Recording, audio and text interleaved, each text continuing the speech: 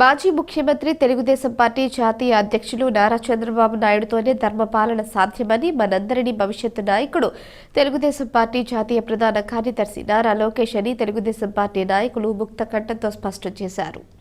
ఆ ఇద్దరు మంచి విజన్ ఉన్న నాయకులని ప్రతి సమస్యను అవగాహన చేసుకుని ప్రతి సమస్యకు శాశ్వత పరిష్కారం చూపించే సత్తా వారిలో ఉందన్నారు. రాజమహేంద్రవరం సిటీ నియోజకవర్గ విస్తృత స్థాయి సమావేశం స్థానిక మెయిన్ రోడ్డులోని హోటల్ జగదీశ్వరిలో టీడీపీ నగర అధ్యక్షులు రెడ్డి మనీశ్వరరావు అధ్యక్షతన జరిగింది. సిటీ ఎమ్మెల్యే ఆదిరెడ్డి భవానీ, మాజీ ఎమ్మెల్సీ ఆదిరెడ్డి అప్పారావు, టీడీపీ రాష్ట్ర ప్రధాన కార్యదర్శి గన్నికృష్ణ, రాష్ట్ర కార్యనిర్వాహక కార్యదర్శి ఆదిరెడ్డి శ్రీనివాస్, రాష్ట్ర కార్యదర్శులు కాశీ నవీన్ కుమార్, వాసిరెడ్డి రాంబాబు, రాష్ట్ర టీఎన్టీయూసీ ప్రధాన కార్యదర్శి వర్రె శ్రీనివాసరావు, రాజమహేంద్రవరం సిటీ పరిశీలకురాలు చిల్లా జగదీశ్వరి తదితరులు పాల్గొని మాట్లాడారు. ఈ నెల 20వ తేదీన జరగనున్న ఎన్నికల శంఖారావం సభకు సిటీ నియోజకవర్గం నుంచి వేలాదిగా తరలి వెళ్లాలని పిలుపునిచ్చారు. జనసేన టీడీపీలతోనే రాష్ట్రంలో మార్పు సాధ్యమన్నారు. రానున్న రోజుల్లో వచ్చేది జనసేన టీడీపీ ప్రభుత్వమే అని అన్నారు. లోకేష్ యువగళం పాదయాత్ర చేపట్టిన మొదట్లో హేళనగా మాట్లాడిన నోళ్లు ఈ రోజు మూతపడ్డాయన్నారు. ఈ పాదయాత్రకు వస్తున్న ప్రజాదరణ, అలాగే లోకేష్ మాట్లాడుతున్న తీరు, ప్రజలతో మమేకమవుతున్న తీరు చూస్తుంటే వైకాపా వారి నోట మాటలు రావడం లేదన్నారు. యువగళం పాదయాత్ర ద్వారా ఒక మంచి మేనిఫెస్టో తయారు చేసే అవకాశం వచ్చిందన్నారు. రవాణా వ్యవహారాలని నగర కమిటీ ప్రధాన కార్యదర్శి బుడ్డిగ రాధా, ఉపాధ్యక్షులు ఉప్పునూరి జానకి, రామయ్య చూస్తారని ఆదిరెడ్డి శ్రీనివాస్ అన్నారు. నేను చెప్పేది ఏంటంటే పార్టీ క్రమశిక్షణ ఉండాలి. ఒక మీటింగ్ వచ్చామంటే మొన్న ఒక రోజున వచ్చారు. ఆ మీటింగ్కి మనకు అబ్జర్వర్స్గా వచ్చినటువంటి వ్యక్తులు మేము ఎక్కడైనా చూసాం కానీ ఎంత డిసిప్లిన్గా ఇది వచ్చిన వాళ్ళు కదలకుండా కూర్చున్నారు అనే మాట చెప్పారంటే నేను చాలా ఆనందించాను. ఎందుకంటే మన రాజమండ్రి సిటీలో ఒక డిసిప్లిన్ వరవడి నడుస్తుంది. అందరూ కూడా ఒక మాట మీద, నాయకత్వం మీద నమ్మకంతో పనిచేస్తున్నారు. అలా పనిచేయకపోతే మనకు ఓట్లు వెరిఫికేషన్ 232 బూతులు కూడా ఒకసారి వెరిఫికేషన్ చేయిస్తాను.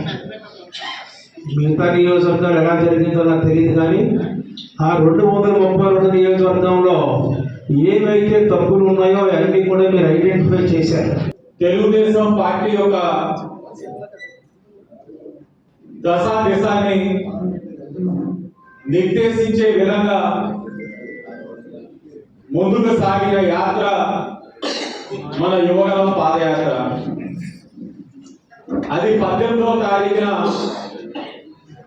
విశాఖపట్నంలోని గాజువాకలో ముగుస్తుంది సందర్భంగా 20వ తారీఖున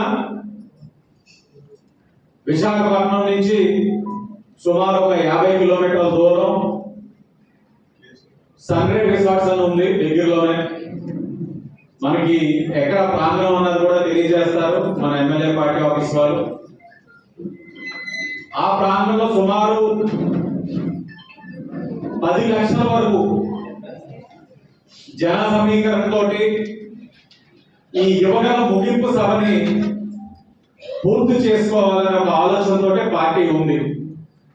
గత 4 ఏళ్లుగా కూడా మన నాయకులే కాదు, కార్యకర్తల స్థాయి నుంచి ప్రతి ఒక్కరికి ఎన్నో ఇబ్బందులు గురి చేశారు.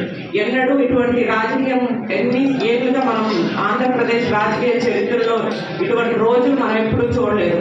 అనేక మంది ముఖ్యమంత్రులు మారారు, నాయకులు మారారు, కానీ ఎంత వ్యక్తిగతంగా కక్ష పెట్టుకొని ఎంత ఇబ్బందులు గురి చేసి ప్రజల్ని ఎప్పుడు కూడా ఒక సైకో ఆనందం పొందుతూ ఉన్నారు. ఎప్పుడు కూడా ఇటువంటి ప్రజలు కూడా విరక్తి చెందుతున్న ఇటువంటి పాలన చూసి ఎప్పుడెప్పుడు ఎలక్షన్లు వస్తాయా అని ఎదురు చూస్తున్నారు.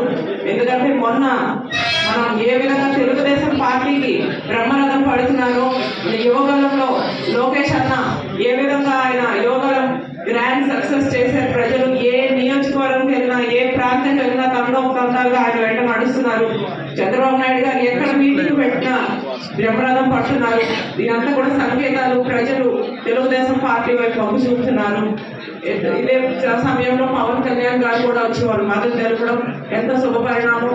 ఇంకా ఎటువంటి శక్తి కూడా తెలుగుదేశం పార్టీ విజయాన్ని ఆపడానికి లేదు అనేది ఖరాఖరిగా తెలుస్తుంది మనకి. ఇప్పుడున్న 2 నెలలు కూడా అందరం కూడా మనం ఏదైతే క్షణం కోసం ఎదురు చూస్తున్నామో, తెలుగుదేశం పార్టీ అధికారంలోకి రావాలి, చంద్రబాబు నాయుడు గారు ముఖ్యమంత్రి అవ్వాలని మనం గత 5 ఏళ్ళుగా అన్ని కష్టాలు తట్టుకుని ఉన్నాము. ఎన్ని కష్టాలు పడినా కూడా మళ్ళీ ఇటువంటి రోజు వస్తుంది, మన ఎన్నికలు వస్తాయి, మళ్ళీ మన నాయకుడిని గెలిపించుకోవాలన్న ఒక తపనతో మన అందరం కూడా ఎన్ని బాధలైనా కూడా ఓర్చుకున్నాం. కాబట్టి ఈ ఆఖరి 2 నెలలు ఇవి చాలా ఇంపార్టెంట్. అందరం కూడా రెట్టింపు ఉత్సాహంతో మన అందరం కూడా ఒకరికొకరు ఉత్సాహపరుచుకుంటూ పార్టీని ముందుకు తీసుకెళ్తూ పార్టీ విజయం కోసం అందరూ కృషి చేయాలని